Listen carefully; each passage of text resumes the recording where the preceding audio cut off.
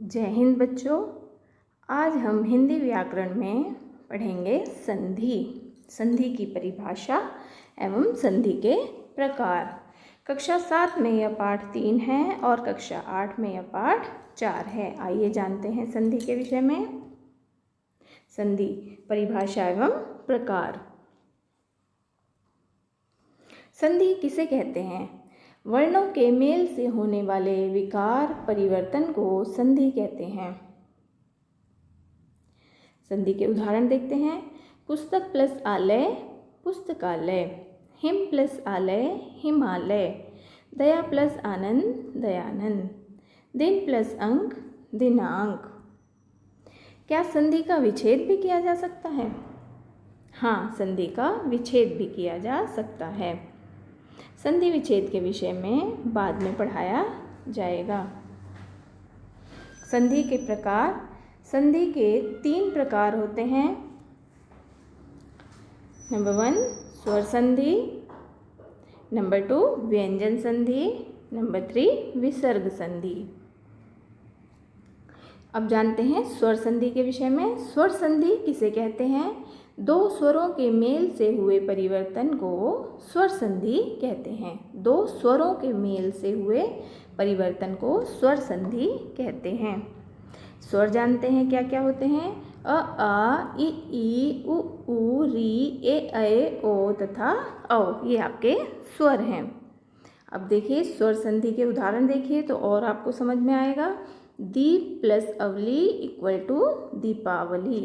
दीप पै बोल रहे हैं तो ए की आवाज़ स्वतः आ रही है और इधर आपका अवली अ पहले से ही है, तो दोनों मिलकर बड़ा आ में बदल गए, स्वर में ही बदल गए, तो ये हो गया दीपावली। दश प्लस आनंद दशानन। देखिए इधर अ है इधर आ है, दोनों मिलकर बड़ा आ में बदल गए, माने स्वर में ही बदल गए, तो ये हो गया दशानन। स्वर संधि के भेद के बारे में जानते हैं। स्वर संधि के भी भेद होते हैं। स्वर संधि के 5 भेद होते हैं। इन्हें हम प्रकार भी कह सकते हैं। स्वर संधि के 5 प्रकार होते हैं। कौन कौन से? नंबर 1 दीर्घ संधि, नंबर 2 गुण संधि, नंबर 3 वृद्धि संधि, नंबर 4 यण संधि, नंबर 5 अयादि संधि। अब इसमें हम सबसे पहले दीर्घ संधि के बारे में पढ़ते हैं, बाकी इन 4 संधियों के बारे में बाद में पढ़ेंगे।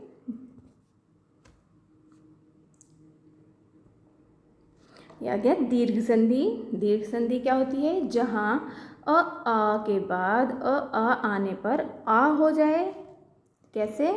जैसे चरण प्लस अमृत चरणामृत। देखिए इधर अ है इधर भी अ है, दोनों मिलकर आ में बदल गए, बन गया चरणामृत। ऐसे ही दूसरा देखते हैं। भोजन प्लस आलय भोजनालय। दीर्घ स्वर में बदल रहा है वहाँ दीर्घ संधि है। ऐसे ही ई के बाद ई आने पर बड़ी ई में बदल जाए। कैसे? जैसे कवि प्लस इंद्र कवींद्र। इधर छोटी ई है इधर भी छोटी ई है, दोनों मिलकर बड़ी ई में बदल गए, माने दीर्घ में बदल गए, तो ये बन गया कवींद्र। ऐसे ही दूसरा उदाहरण देखते हैं।